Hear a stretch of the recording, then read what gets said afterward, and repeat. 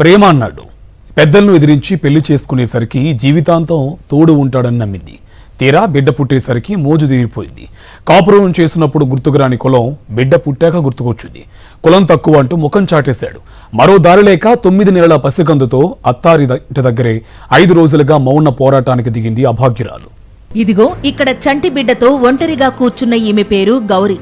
గజ్వేల్ మండలం కోమటిబండకు చెందిన ఈమె గజ్వేల్లోని ఓ గిఫ్ట్ ఆర్టికల్ షాప్లో పనిచేసేది. సిద్దిపేట జిల్లా మర్కుక్ మండలం పాతూరుకు చెందిన అభిలాష్ రెడ్డికి గౌరీకి గిఫ్ట్ షాపులోనే పరిచయం అయింది. అది కాస్త ప్రేమగా మారింది.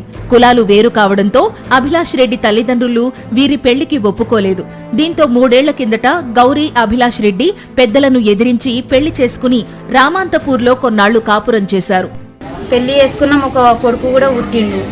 ఇప్పుడు వాళ్ళు ఏమంటారు, 3 సంవత్సరాలు అయిపోతుందన్న. 3 సంవత్సరాలు అవుతుంది, మరొక కొడుకు పుట్టిండు. పెళ్లి కూడా యాదగిరిగుట్టలో అయిపోయింది. ఇప్పుడు మేము రామంతపూర్లో ఉండి 2 సంవత్సరాలు. ఇప్పుడు చిన్న బాబుకి హెల్త్ విశేషలా మేము మా ఇంటికి వచ్చినాం కోమటిబండకి.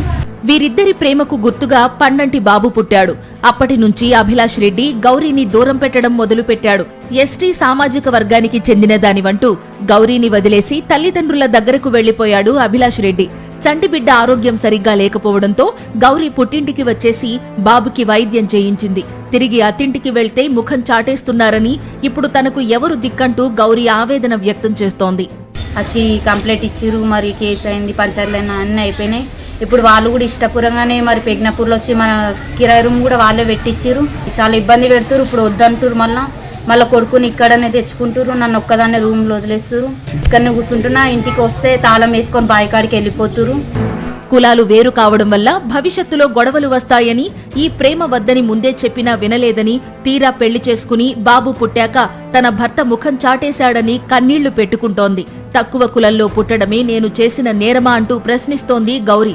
ఇప్పటికే మర్కుక్ పోలీసులకు ఫిర్యాదు చేసినా ఎలాంటి చర్యలు లేవని, తనకు న్యాయం చెయ్యాలని చేతులెత్తి అర్థిస్తోంది అభాగ్యురాలు.